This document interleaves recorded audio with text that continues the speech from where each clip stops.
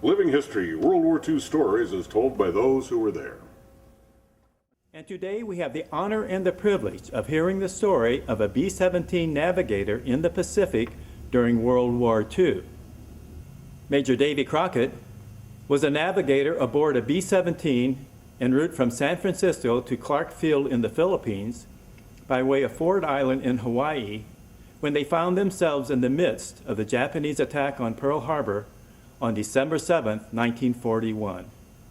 And that's which bomb group was this now? 19th Bomb Group. 19th Bomb Group, okay. Half the 19th Bomb Group at the time I joined them in Albuquerque was in Clark Field, Manila. And there were 2 squadrons of us in Albuquerque. And we were to fly over and join them. And all of this preparation was going for it.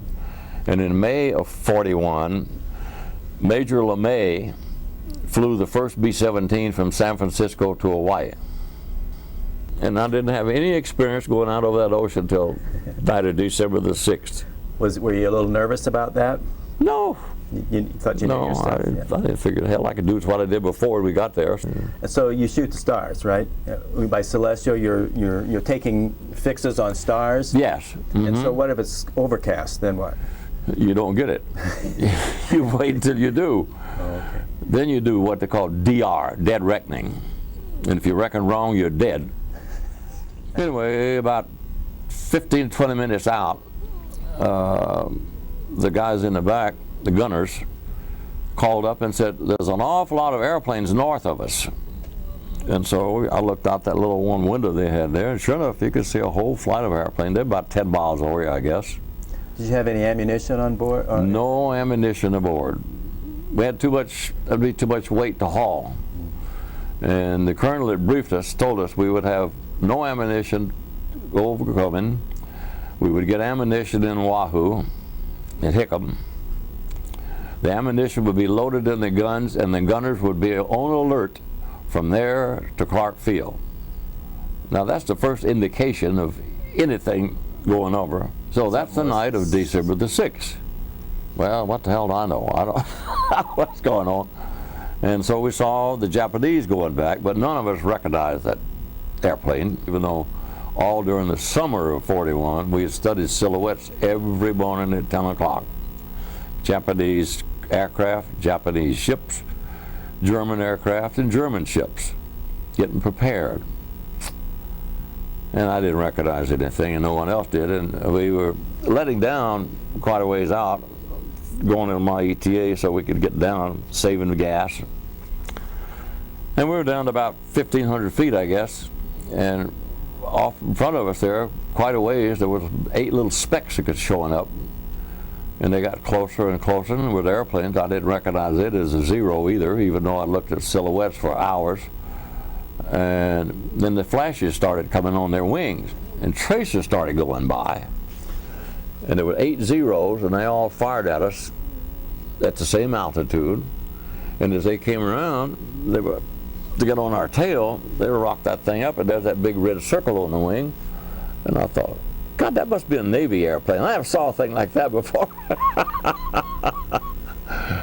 And then the tracers were behind us, and they didn't stay with us too long, but Cooper, the aircraft commander, put that thing right down on the deck. I mean, he put the nose down, and we got right flat on the water.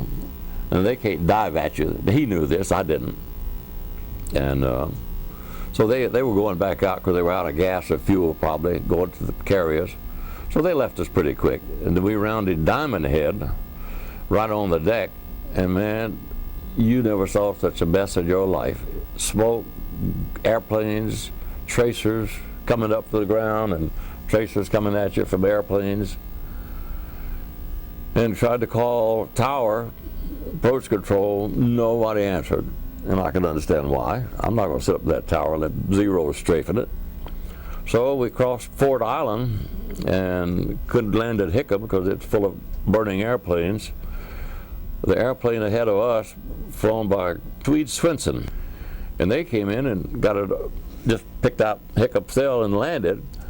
But on the way in, they got shot up by zeros, and just about the time he leveled off, the tail broke off, and he hit the ground, and you probably saw it in the news field of a B-17 with all 4 engines facing upward. We came in and had no place to go, and tracers were coming up from the ground, and I think, well, the Japanese had got number 2 engine, we thought. We didn't know whether it was because it's out of fuel or what happened, but the engineer didn't figure out either.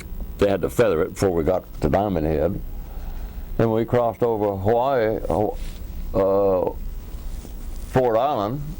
We had another engine go out, and we think tracers from the ground crew got that, so they were coming up.